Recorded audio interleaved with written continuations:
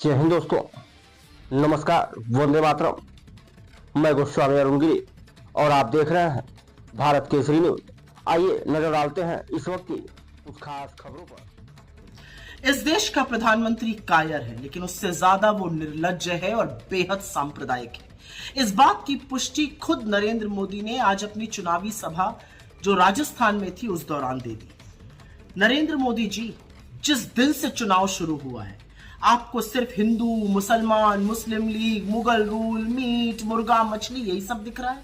और हमने भी ठान ली है कि चुनाव तो इस बार बेरोजगारी, महंगाई, किसानों के हक, श्रमिकों के लिए न्याय, औरतों की सुरक्षा, हाशिए पर लोगों के हक का जो हनन हो रहा है उसी पर होगा और हम उसी पर टिके हुए हैं।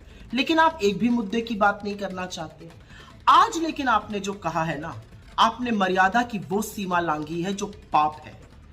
मंगलसूत्र पे आपने बोला है। आपकी हिम्मत कैसे हुई मंगलसूत्र पर बोलने की? आपने कहा कि कांग्रेस के मैनिफेस्टो में लिखा है कि आपका मंगलसूत्र भी वो लोगों में बांट देंगे। कांग्रेस के मैनिफेस्टो में मैं चुनौती से आपसे कहती हूं, ऐसी कहां पर कौन सा मैनिफेस्टो आप पढ़ रहे हैं जिसमें ऐसी बात लिखी है? कहां लिखा है कि हम लोगों की संपत्ति लेकर बांट देंगे? किस तरह की बौखलाहट है ये कि आप निरंतर झूठ बोल रहे हैं। एक संप्रदाय को लेकर झूठ बोलते हैं, हमारे मैनिफेस्टो को लेकर झूठ बोलते हैं। अब इतने बेतुके झूठ बोलने लगे हैं कि लोगों को आपके मानसिक संतुलन पर सवाल उठाना पड़ रहा है। असलियत यह है कि आपको मंगलसूत्र का नाम नहीं लेना चाहिए था, क्योंकि एक औरत जब मंगलसूत्र पहनती है ना तो वो जन्म जन्मांतर के लिए दाम्पत्य के उस सूत्र में बंध जाती है जिसका सबसे पवित्र, सबसे पावन प्रतीक मंगलसूत्र होता है। इस देश के करोड़ों लोग पूरी निष्ठा से, पूरी ईमानदारी से दाम्पत्य के सूत्र को, दाम्पत्य के संबंध को निभाते हैं। आपको मंगलसूत्र पर इतनी घटिया गंदी टिप्पणी नहीं करनी चाहिए थी कि हम औरतों का मंगलसूत्र लेकर लोगों में बांट देंगे। यह सिर्फ एक जेवर, एक गहना नहीं होता है। यह दाम्पत्य का वो प्रतीक है जो औरत धारण करती है और पूरी निष्ठा से उस धर्म को निभाती है। आप भले इसको ना समझिए, लेकिन इस देश के करोड़ों महिलाओं का, करोड़ों बेहताओं का आपने आज घोर अपमान किया है और आपको माफी मांगनी चाहिए।